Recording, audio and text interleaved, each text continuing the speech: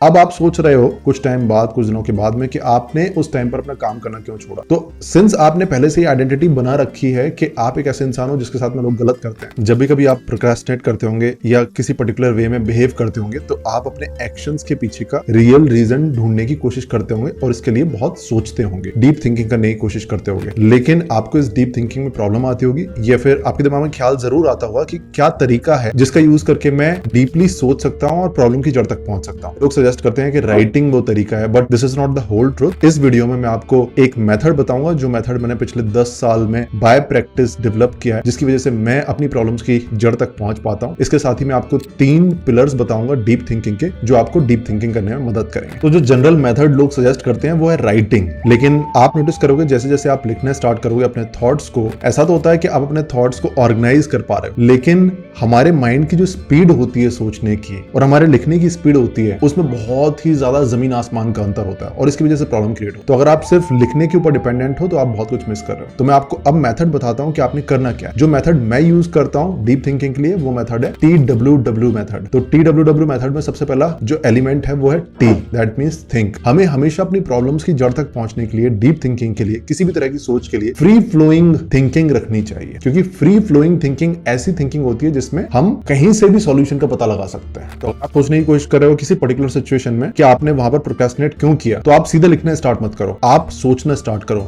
इसके लिए आप वॉक कर सकते हो या फिर बैठे बैठे सोच सकते हो। अगर आप वॉक कर सोचना पसंद करते हो तो आप वैसे करना स्टार्ट करो, लेकिन अपने थॉट्स को फ्री रखो थोड़ा सा, क्योंकि फ्री फ्लोइंग स्टेट में आप हो सकता है प्रॉब्लम की जड़ तक बहुत ही फ्रैक्शन ऑफ सेकंड में पहुंच जाओ, लेकिन लिखते हुए आप उस प्रॉब्लम की जड़ तक कभी पहुंच भी ना पाओ। लेकिन आप नोटिस करोगे जैसे आप सोचना स्टार्ट करोगे, फ्री फ्लोइंग स्टेट में जाओगे, तो आपके साथ एक प्रॉब्लम होगी। आप हो सकता है कि इस फ्री फ्लोइंग स्टेट में बहुत ही अनवांटेड डायरेक्शंस में फ्लो करने लग जाएं आपके थॉट्स। हो सकता है कि आप सोचने की कोशिश कर रहे हो कि आपकी प्रॉब्लम की जड़ कहीं आपके होम टाउन में तो नहीं है। आप अपने होम टाउन के बारे में सोचो, अपने पेरेंट्स के बारे में सोचो, लेकिन अचानक ही आप कुछ और ही थॉट्स में खो जाओ। आप अपने पेरेंट्स के बारे में कुछ और सोचने लग जाओ कि अरे उनको वो प्रॉब्लम थी, उनको डायबिटीज की प्रॉब्लम आई थी, इसके लिए उन्होंने एक्सरसाइज नहीं की, फिर आप एक्सरसाइज में खो जाओ कहीं पर। तो फ्री फ्लोइंग स्टेट का एक नुकसान ये होता है कि आप हो सकता है कि अनवांटेड डायरेक्शंस में ही फ्लो होने लग जाओ। अब इस प्रॉब्लम का सॉल्यूशन क्या है? इस प्रॉब्लम का सॉल्यूशन इस पूरी प्रोसेस का, इस मेथड का एलिमेंट नंबर 2 है। एलिमेंट नंबर 2 है विस्पर। मैं यहाँ पर आपको ये सजेस्ट नहीं करूंगा कि आपने लिखना स्टार्ट अभी करना है, आपने सिर्फ विस्पर करना है बीच बीच में, क्योंकि अगर आप लिखना स्टार्ट कर दोगे अपने थॉट्स को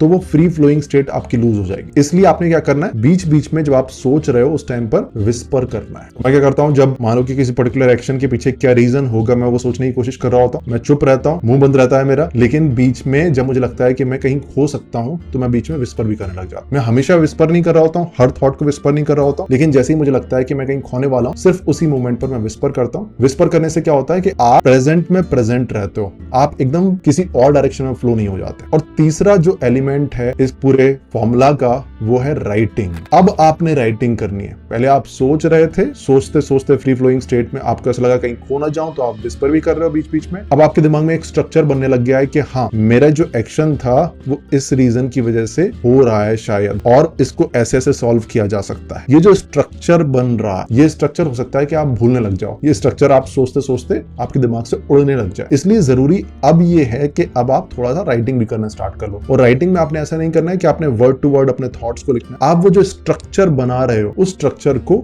लिखना स्टार्ट कर दो। उस स्ट्रक्चर को कम से कम वर्ड्स में अब आप लिख सकते हो, जिससे वो स्ट्रक्चर अब टूटे ना, जो आप अभी तक सोचकर और विस्पर करके बना चुके हो। तो इस पूरे मेथड में जो सबसे इंपॉर्टेंट पार्ट है वो है फ्री फ्लोइंग थिंकिंग, ना कि विस्पर, ना कि राइटिंग। विस्पर हम इसलिए कर रहे हैं क्योंकि हम कहीं खो ना जाएं, और राइटिंग हम इसलिए कर रहे हैं जिससे हमने जो स्ट्रक्चर बनाया हुआ है अपने दिमाग में, वो स्ट्रक्चर कहीं टूट ना जाए। लेकिन जो असली सॉल्यूशन आपके दिमाग से निकल रहा है, वो असली सॉल्यूशन सिर्फ आपकी फ्री फ्लोइंग स्टेट की वजह से ही निकल पा रहा है, सोचने की वजह से निकल पा रहा है। तो जो आप इस TWW फॉर्मूला को यूज करते हो, तो आप एक्चुअल में किसी प्रॉब्लम की जड़ तक पहुंच सकते हो। लेकिन कुछ चीजें आपको रोक भी सकती हैं इस पूरी प्रोसेस में, इसलिए उन चीजों का ध्यान रखना बहुत जरूरी है। लेकिन इस पूरी डीप थिंकिंग प्रोसेस के 3 पिलर्स हैं, और अगर आप इन 3 पिलर्स को मेंटेन नहीं करते हो, इन 3 पिलर्स के ऊपर काम नहीं करते हो, तो आप डीप थिंकिंग नहीं कर पाओगे, आप प्रॉब्लम की जड़ तक नहीं पहुंच पाओगे। पहला पिलर है आइडेंटिटी। दैट मींस कि हम सभी लोगों ने किसी न किसी पर्टिकुलर सिचुएशन से, किसी न किसी पर्टिकुलर इमोशन से अपनी आइडेंटिटी जोड़ी हुई होती है। प्रॉब्लम क्या होता है, जब ये आइडेंटिटीज आती हैं तो हम डीप थिंकिंग नहीं कर पाते। मैं आपको एक एग्जांपल से बताता हूं। मान लो कि आपकी आइडेंटिटी ये है कि आप ये मानते हो कि आप एक ऐसे इंसान हो जिसके साथ लोग बुरा करते हैं, जिसके साथ लोग धोखा करते हैं, जिसके साथ लोग ठीक से ट्रीट नहीं करते। ये आपकी एक आइडेंटिटी बनी हुई है। अब मान लेते हैं कि आप काम कर रहे हो और काम करते करते अचानक से कोई आपको डिस्टर्ब कर देता है, कोई डिस्टर्ब करता है, आपको इरिटेशन होती है और आप अपना काम करना छोड़ देते हो। या फिर मान लो कि आप अपना अच्छे से काम कर रहे हो लेकिन आपका स्पाउस का कॉल आता है, आपकी गर्लफ्रेंड बॉयफ्रेंड का कॉल आता है और वो कुछ ऐसा बोल देता है कि आपका दिमाग खराब हो जाता है, आपका दिमाग खराब होता है, अपना काम करना छोड़ देते हो। अब आप सोच रहे हो कुछ टाइम बाद, कुछ दिनों के बाद में कि आपने उस टाइम पर अपना काम करना क्यों छोड़ा। तो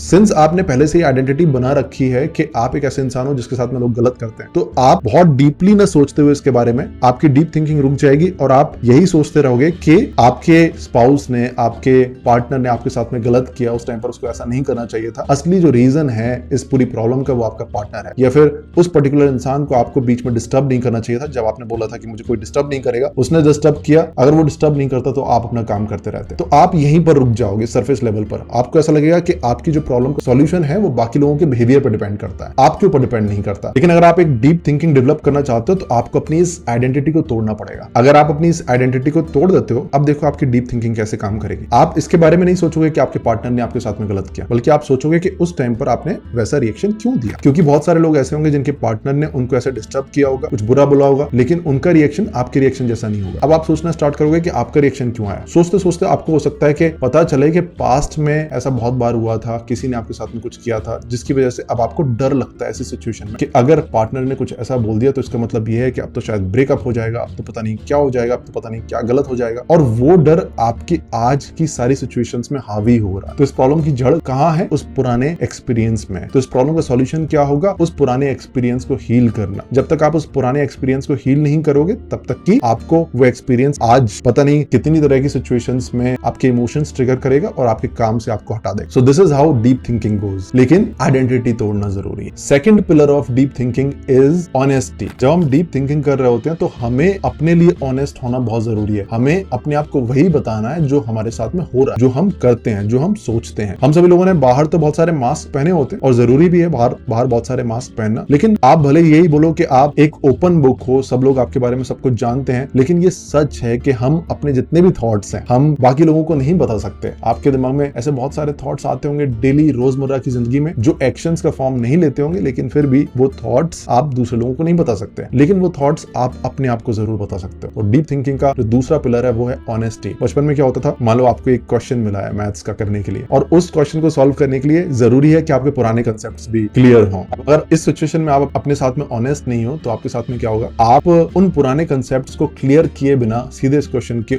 को अटेम्प्ट करने लग जाओगे, क्योंकि आप लोगों को ये नहीं बताना चाहते कि पुराने कंसेप्ट्स आपके क्लियर नहीं है, और अपने आप को भी नहीं बताना चाहते कि आपके पुराने कंसेप्ट्स क्लियर नहीं है। अब होगा कि आप इस क्वेश्चन को अटेम्प्ट करोगे, अटेम्प्ट करने के बाद में आप इस क्वेश्चन का सॉल्यूशन नहीं निकाल सकते, और अगर मान लो सॉल्यूशन निकल भी गया तो आपको पता भी नहीं चलेगा कि ये सॉल्यूशन कैसे निकला है और आप उसको दूसरी जगह इंप्लीमेंट नहीं कर पाओगे। इस छोटे से एग्जाम्पल से हमें समझ में आता है कि अगर प्रॉब्लम की जड़ तक पहुंचना है तो अपने लिए ऑनेस्ट होना पड़ेगा। हमें पता होना चाहिए कि हम क्या कर रहे हैं, हम कहाँ स्टैंड करते हैं। आपने देखा हुआ कि बहुत सारे लोग बोलते हैं कि उन्होंने सुबह सुबह रनिंग करनी स्टार्ट कर दिया, उन्होंने वॉकिंग करनी स्टार्ट कर दिया, उन्होंने डाइट फॉलो करना स्टार्ट कर दिया, वो हर रोज ये करते हैं। कई सारे लोग बोलते हैं कि मैं, अगर आप उनसे पूछोगे कि आप सिगरेट कितनी पीते हो पूरे दिन भर की, तो बोलेंगे कि दिन भर की शायद मैं 4 ही सिगरेट पीता हूँ। बट रियलिटी ये है कि जिन सारे लोगों ने वॉकिंग स्टार्ट किया उनको शायद 2 ही दिन हुए वॉकिंग स्टार्ट किए हुए, जो बोल रहे हैं कि मैं रेगुलर करता हूँ। जिन सारे लोगों ने डाइट अच्छी फॉलो करनी स्टार्ट की है शायद उन्होंने कल से स्टार्ट किया है, और जिन सारे लोगों ने जो बोल रहे हैं कि सिर्फ 3-4 सिगरेट पीता हूँ, हो सकता है कि वो पूरा पैकेट दिन का खत्म कर देते हैं। अगर ऐसा इंसान अपने बारे में सोचना स्टार्ट करेगा, डीप थिंकिंग डेवलप करना स्टार्ट करेगा, प्रॉब्लम की जड़ तक पहुंचनी स्टार्ट करेगा, तो वो यही सोचेगा कि हाँ मैं 3-4 सिगरेट पीता हूँ, क्या ये बहुत बड़ी प्रॉब्लम है? बहुत बड़ी प्रॉब्लम नहीं है। तो वो 3-4 सिगरेट के हिसाब से अपनी थिंकिंग रखेगा और वो प्रॉब्लम की जड़ तक नहीं पहुंच पाएगा। इस केस में हमें पहले ये एक्सेप्ट करना है कि हम पूरे दिन भर की 1 डिब्बी सिगरेट पीते हैं। ये एक्सेप्ट क्यों नहीं कर रहे हैं? क्योंकि हमें अंदर से डर बैठ गया है कि ये प्रॉब्लम को सॉल्व नहीं किया जा सकता, क्योंकि आपने हो सकता है कि बहुत बार ट्राई किया हो इस प्रॉब्लम को सॉल्व करने का, ये प्रॉब्लम आपकी जिंदगी से गई ना हो, बहुत कोशिश करने के बाद भी। अब आपका एक्सपीरियंस ये है कि ये प्रॉब्लम सॉल्व नहीं हो सकती है। दूसरा एक्सपीरियंस ये है कि आप 1 डिब्बी से कम सिगरेट नहीं पी सकते हो आपकी क्रेविंग्स की वजह से। इसलिए आपने अपने आप से झूठ बोलना स्टार्ट कर दिया, दूसरों से भी झूठ बोलना स्टार्ट कर दिया कि आप तो कम ही पीते हो, जिससे आपको दूसरों के क्वेश्चन से और अपनी रियलिटी से आप बच सको। लेकिन अगर आप डीप थिंकिंग करना चाहते हो, प्रॉब्लम की जड़ तक पहुंचना चाहते हो, इसका सॉल्यूशन निकालना चाहते हो, तो आपको अपने लिए ऑनेस्ट होना पड़ेगा और यहाँ पर मानना पड़ेगा कि आप पूरे दिन भर की 1 डिब्बी सिगरेट पीते हो, और उसका जो सॉल्यूशन है वो नई नई चीजें ट्राई करने में ही है। हो सकता है कि पहले आपने एक सजेशन किसी का ट्राई किया, वो काम नहीं किया, इसका जो सॉल्यूशन है वो है कि आप नए नए चीजें ट्राई ट्राई करो, हो सकता है नई बुक्स पढ़ो, हो सकता है नए वीडियोस देखो, हो सकता है कोई चैलेंज ज्वाइन करो जिससे आप उस सिगरेट को छोड़ पाओ। क्योंकि हो सकता है कई सॉल्यूशंस आपके लिए काम नहीं करे, लेकिन बहुत सारे लोग ऐसे हैं जिनके लिए बहुत सारे सॉल्यूशंस काम किए हैं। इसका मतलब ये है कि आप अपने ट्रू सॉल्यूशन तक अभी तक नहीं पहुंच पाए। तो किसी भी प्रॉब्लम का सॉल्यूशन निकालने के लिए जरूरी है कि हम अपने लिए पूरी तरह से ऑनेस्ट रहें, अदरवाइज हम रियल सॉल्यूशन तक नहीं पहुंच सकते। थर्ड पिलर है माइंडफुलनेस मेडिटेशन। माइंडफुलनेस मेडिटेशन हमें डीप थिंकिंग में बहुत ज्यादा हेल्प करता है, क्योंकि डीप थिंकिंग की सबसे बड़ी प्रॉब्लम यह है कि हम अनवांटेड थॉट्स में खो जाते हैं और वापस आने में हमें शायद 5 मिनट लगते हैं। लेकिन माइंडफुलनेस मेडिटेशन अगर आप करोगे तो आप अपने थॉट्स को ऑब्जर्व कर पाओगे, और जैसे ही आप किसी थॉट में खोगे तो आप उसी पॉइंट पर अपने आप को पहचान सकते हो कि मैं इस थॉट में खो रहा हूं। तो बेसिकली माइंडफुलनेस मेडिटेशन है अपने थॉट्स को ऑब्जर्व करना, इमोशंस को ऑब्जर्व करना एज अ थर्ड पर्सन, और अगर आप उसमें खो रहे हो तो आप देख पाओ कि आप उसमें खो रहे हो। अगर आप ये प्रैक्टिस डेली करोगे तो आप जब एक्चुअली डीप थिंकिंग कर रहे होगे तो आप जैसे ही अपने किसी अनवांटेड थॉट की तरफ जा रहे होगे